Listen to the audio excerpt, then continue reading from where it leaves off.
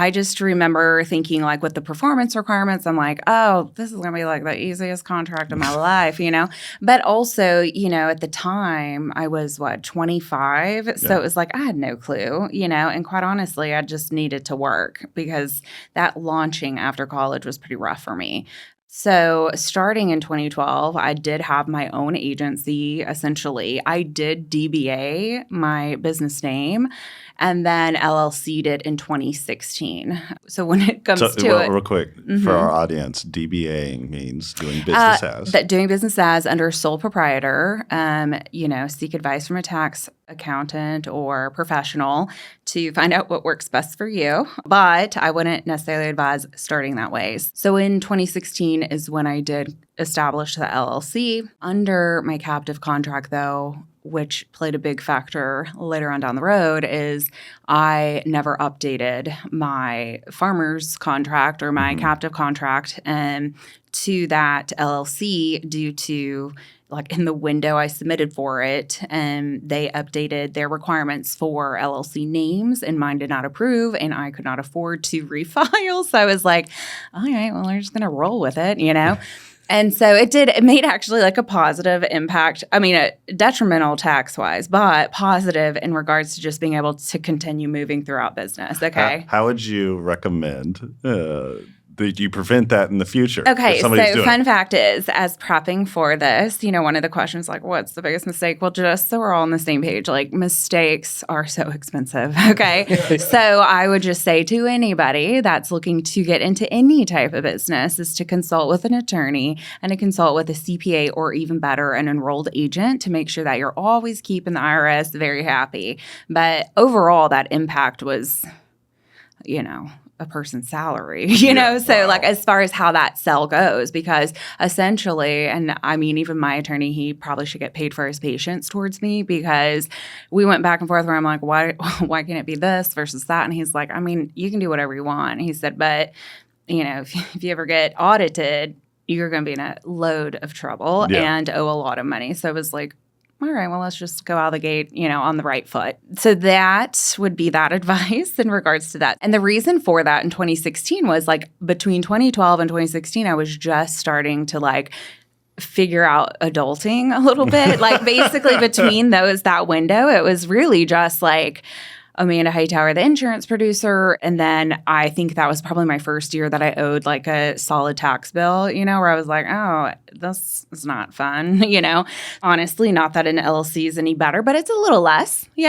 So that's kind of the year that I also learned that if you're like out in the dating world and someone's like, oh, it's a tax write-off, then that just like clearly means they make no money. So run, because it's not like they give you a check back. We are going to be launching another series of insurance in the dating world. I think that would be phenomenal. Okay, well, ladies, just so y'all know, at my age, which is not 40 yet, if you buy a house, apparently in this world, that means I want 18 children. Okay, but if a guy buys a house, nobody challenges it. Like it's like a normal adult thing. But if you're a female, it's like, what are you trying to get me trapped into? And I'm like, none of your business. Hey, just to be fair. Yeah. It could be 18 cats. Yeah. I will tell you. So we do have Animal Kingdom at the house, okay? Oh, no. I got a little throuple of ducks in the pool. I'm like, what do I do with you? Did they just fly in? No, they are migratory. Okay. So you went to the pet store and bought 3 ducks. No. Between that and the squirrels, like my husky, who's just like the sweet delight, right? She enjoys like plucking duck feathers. Okay. It's a massacre, but there's been no body thus far, right? And then I have a 22-year-old Grammy cat, and then I have a German Shepherd. Okay. So I'm not acquiring anymore, but then like I may or may not have already named the ducks, okay? Because they're so frequent, and then they literally come to take like a dump in my pool and fly off, okay? It's horrible, but nonetheless, where were we? I digress. Okay, so in 2016, I LLC'd, okay? And then from 2016 probably started the years of like bad employment, okay? Like trying to figure it out, like you really don't have a budget, but you have a little bit of a budget. So, you're going back and forth. This is why you were in the captive world. Or is this was just getting an agency up. Okay. So, so I did not sell, just to clarify, I did not sell my captive contract until January 1st, 2023. Yeah. So, so in this interim between initially signing with the captive contract in 2012 to 2016 of when I learned my tax lesson, probably from 2016 to 2019, and I'll explain the 4 years between those was just because I never acquired a book, so I had to build from zero. Right. So essentially personal, commercial? Personal lines. Yeah. Primary only, I would have to say too. But so in that window of 4 years, it really was like, again, like an agency producer that owns a business. It wasn't like you were the greeter, the 100%, yes, account executive, the owner, the janitor, everything. I'm still the janitor, to be quite honest. Okay, and I'm cool with it. Okay, so then by 2016, when I'm like, all right, let me start dabbling in a little bit. So then you start learning things like Texas employment law. Everybody's favorite thing, and this is a right to work state. It's like, well, that still doesn't mean you don't have unemployment, right? You know, so, but then also just establishing the base wage or performance or whatnot, right? So I went through that process. Not great. Also, mistakes are expensive. Okay, so, but is that going to be our title for this? 100%, very expensive. Okay, and that's another. Like, if you call and want to complain, like I'm kind of like, well, I warned you, because it's not five. It can be 5, even up to 6 figures of mistakes. Okay, so oh my goodness, all on one employee. No.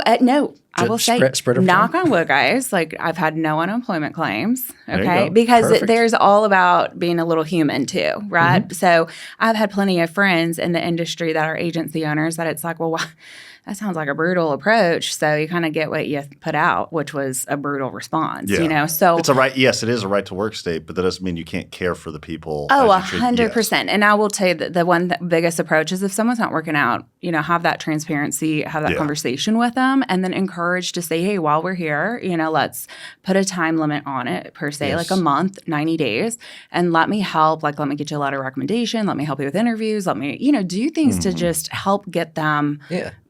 Moved on. Because I will find, I can say, nobody, when I've had to have that conversation with them, nobody's come back and said, oh, no, I absolutely love this job and I'm just like low performing or, not doing my job because I decided to. It's like really, they're not fit for the industry, and that is okay, and giving them that encouragement. So that said, by 2019, well, in that window, what I had the most success with is what I do encourage is to maybe check out local colleges and see if they have a risk management program. And because ultimately, and this is kind of how I floated with a very low budget on payroll. And but I needed a little reprieve after like 4 or 5 years of just being everything, right? Like, I mean, I couldn't, you're pushing burnout, know? And so with them, I was able to get enrolled through UNT, my alumni. I would do the eagle sign, but I don't know what it looks like, as well as like, I don't even know if they make a noise. But I was able to establish myself as a business there, and I was able to do college internships for credits. Right. And so the commute from my college to where my agency was like 40 minutes. I mean, and so it really ended up being very worth it. And it was great to have some UNT girls in the office. And so, and then they were even more elated that it was like a paid internship, even though it was like super not paid, in that sense. But they were in college, So anyway, and I still, both of them are now commercial underwriters. One was at Texas Mutual. Yeah. Sometimes when my stuff gets referred, I'll bump her a text and I'm like, can you just tell me why what I did, And so she's lovely. So, keep good contacts. Yeah. But that's honestly, that's true in our industry as a whole. It's like you don't want to burn any bridges because you never know. I'm telling you, I think, again, in the 16 years I've been around, I think there's maybe been 2 bridges I've just torched and I've really had no regrets. Yeah, I've got one. I've got one and I still don't regret it. And luckily he's no longer in the industry. So I'm happy. Yeah, exactly. Like you kind of take it to people that you trust, especially mentorship where you're kind of like, and I'll be quite honest too. It's like you have tangible evidence as to why you need to torch this bridge, you know? So that's been kind of that process. So that is what I actually love also a lot about the business is there is such a human factor to it, right? So anyway, starting in 2019, after my 2 solid interns graduated, which they were only like 6 months apart, and they had really helped build up some residual for me to establish a payroll budget. Starting in 2019 is when I really started studying agent contracts Right. that I've signed up for, because outside of that, even though it was a captive. Your iPhone contract? No, I'm kidding. Who actually reads that? I know, but listen, they all come and bite you in the butt at some point, okay? So again, I think an attorney's advice on anything business related, he's such a kind, sold man, and he's from my hometown, and I think he just puts up with me for entertainment. But yeah, I mean, so when you were reviewing your captive contract, is that when you started, like what triggered it? Yeah. Okay. So what triggered it was in what year are we on? 2021, Christmas Eve. No, 2020, Christmas Eve. I got hit by a car jogging with my dog, okay? And is not the traditional way to go independent. Correct. Or, to start. I don't know if I'd recommend that. I don't know. Like, I think it's a cool way to like start evaluating life's decisions, Like, yeah. I didn't have any broken bones or internal bleeding, but I had a substantial TBI, traumatic brain injury. And really, I was getting to a point in that captive contract that I was like literally planning to stop my life, go to law school, figure out how to sue and burn the whole world down. Okay. I mean, that was like, I literally went and took my LSAT. I was gearing up. Everybody was like, please go figure out how we can do this, because a lot of shifts were changing, but our state laws here in Texas are so much different than other other states, that there have been successful ways to protect our business in other states due to their laws, right? So anyway, again, I'm also a redhead, so when you piss me off, or upset me, I'll never forget. I'll remember forever, right? And then I'm slowly mapping out a plan, And so my plan at that time was, I'm going to law school and, we're going down, right? I remember that morning clear as day. And I did. Listen, I was double timing it, right? I was working full time. I was taking LSAT. I was prepping for this. Good news, UNT, my alum, whatever that eagle noise is, okay? I thought they opened a law school in downtown Dallas. They had a part-time program. I'm like, this is God's calling for me. Like, I need to go. I was exhausting myself, okay?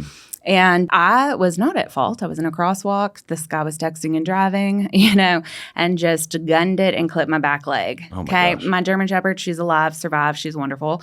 Thank goodness, because in a TBI, the one thing I screamed at everybody was like, where's my dog? And you're a liar, And by the time I actually gained conscious, like I'm strapped to this gurney. I got my arms duct taped because every time I'd like start coming conscious, I'd just start flailing, But all this to say, with TBI, you don't have a lot of short-term memory retrieval, so it's kind of like 50 First Dates or Dory and Nemo, Finding Nemo, to where I'm like, well, I guess the one thing I do know after this amount of time, I think it was like 12 years in, is like I know insurance, So I can't think of anything else. I can't retrieve the paragraph I just read, 5 minutes ago, but okay, so maybe I should just be like thankful that I'm still like earning revenue and stuff like that. So as well as not a lot of people get to be in that position and still have a job and, things like that. Anyway, what happened was I realized like nobody was on my business accounts. Nobody was on my entity. Nobody what was this going to do? Go to my dog, which, could have been. Or my family would have had to gone through probate, or if something disabled me, like I didn't have any backup plans. So I was under the assumption that my contract was inheritable, okay, per verbal communication with people within this company, right? So I'm thinking, Miss Smarty Pants, like I'm going to go get my little estate attorney who's a partner with now my business attorney, right? I'm going to show up and just look so smart and be like, okay, like I need to make sure all my stuff's in order, have a medical power of attorney, P.S. Everybody should, just because like if you're in that after the fact, there is nothing that can happen after the fact. So if something had escalated, like it would have taken a long time for anybody to be able to evaluate quality of life. The IRS like that would be knocking on the door. All over, yes. Yeah. And then you have staff and employees that are expecting a paycheck, but like literally nobody can get paid, So anyway, I go in because the carrier contract, just like they are, like 7-8 pages, right? And I'm like, it's inheritable. So this is who I want to leave it to. And I've never, and if you don't have any attorney you've ever worked with, they kind of have like RBF pauses and like breaths, and I'm thinking, why are y'all looking at me that way? In my head, I have yet to speak because I'm like, wow, this is a long pause, but I'm like not going to break first, And they're like, this is something you organize with the contract holder, and I'm like, oh, well, I've tried, but this didn't work, whatever. So thankfully, he's like, well, let me go get the business attorney, and I mean, it was like 6. He flips to like the second page, and he's like, it says right here that this contract's like done basically once you're dead. And I was like, oh, interesting. Like it says it not transferable. Clear as day. Yeah. Yes. And so I'm like, okay. But wait, your contract was only 7 pages? Mm-hmm. I was on an older contract. Okay. Yeah. Nowadays, that's why I've told everybody, I'm like, if you've signed, I know nothing. Because quite honestly, I signed that contract and then they like revamped all contracts within like a couple months after that. And so I knew I was like the last contract to get on, where I would ultimately end up having a little bit of, poking the bear back and forth because there was nothing they can do. And I kind of knew it, kind of thing. So ones today, I'm sure they're books long and they don't actually like own the data kind of thing. Right. So I've heard.